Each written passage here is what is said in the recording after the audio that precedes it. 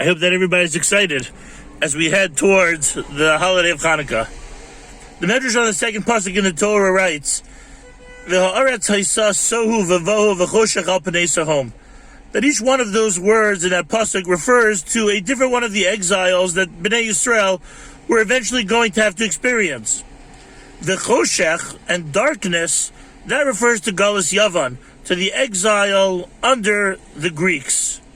What's the message? What's the connection between V'choshech and the Greeks?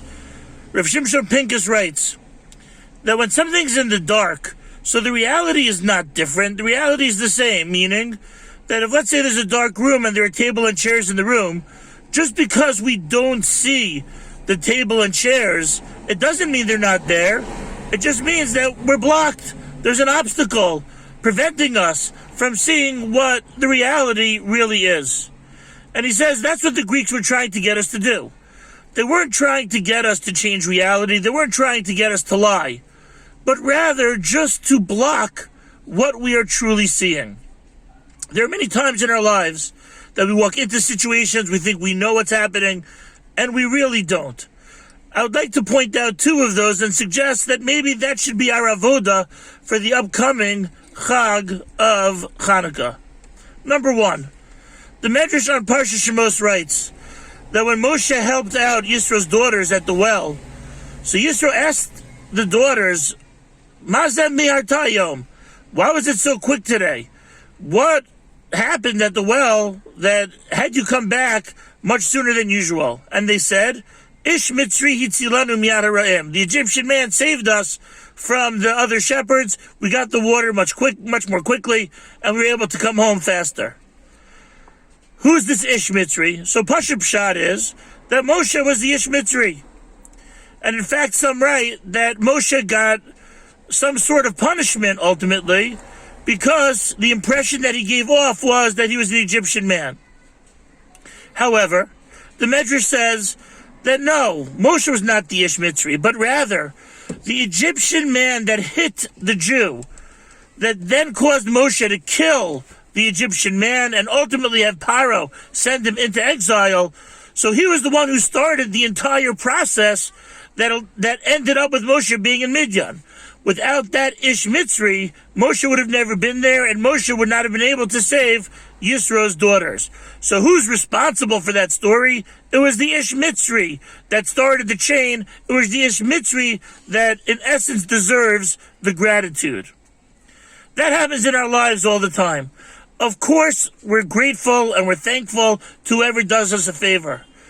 But how many times are we blind to the fact that HaKadosh Baruch Hu is orchestrating the world in such a way that allows us to enjoy our family, our friends, our homes? We don't readily see it. Most of the time, he's benistar. Most of the time, he's hidden. But in reality, he's the one who's really the driving force. It's v'choshech. Hashem is really there the whole time. Our vision, however, is impaired. Our vision is blocked. There's a darkness there that doesn't let us see the entire truth. Maybe that's part of the message of Chanukah, is that in our lives, we need to look at the light, to light up the darkness, to enlighten ourselves, to look a little bit deeper beyond the surface so that we can see what Hashem's role is in our lives. And when we stand at the Neiros of Chanukah, and when we stand at the light, so we should be focusing on Hashem in the upcoming days, weeks, months, and year. Help enlighten me, help me see your hand in my world so that I can give you appropriate gratitude. A second point is, the Gemara writes that when the Chashmonaim were looking for the pure oil to light the menorah, so the Gemara says, Badku v'lo matzu ela pach shemen. They checked, they didn't find, except for one pach shemen. It's a weird way of saying the story. If there was a pach shemen there, why did the Gemara just say, Badku v'matzu pach shemen echad? They checked and all they could find was one pach shemen. Why does it say Badku v'lo matzu? So I wonder if the reality was that the first time that they went through the Beis HaMikdash to look, there was no pach shemen. Everything was impurified, made unholy, by the Greeks. There was nothing of pure oil. However, when Hashem saw how badly Bnei Yisrael wanted to do the mitzvah of the neiros of the menorah, how badly they wanted to do it in the purest of fashion, so that created a reality that created the Pach Shemen. It was not there before, but Kuvalo Matsu. But because of their will, because of their desire, so then that's when the Pach Shemen showed up. And maybe what we are in the darkness too, a second point is, not just what Hashem does for us, but what we're capable of doing. Too often we sell ourselves short.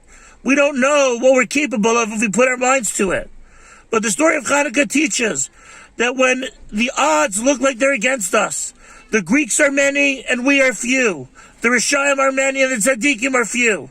And I can't be successful in learning, and I can't be successful in forging a relationship with Hashem. So comes the story of Chanukah in the darkest time of the year, at our lowest point, and says, let's light the candles.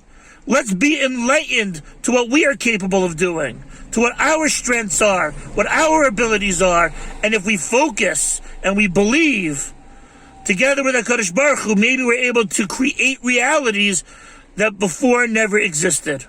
So when we stand at the menorah, you could choose whatever it is that you feel that we need to be enlightened to. But Hashem should help open up our eyes and our vision this Chanukah, to help see where He has His hand in giving us bracha, to help see what we are able to contribute to the world. And we should all be zochet to light the menorah back in the Beis HaMikdash b'mheira v'yameinu. Have an awesome, amazing Chanukah.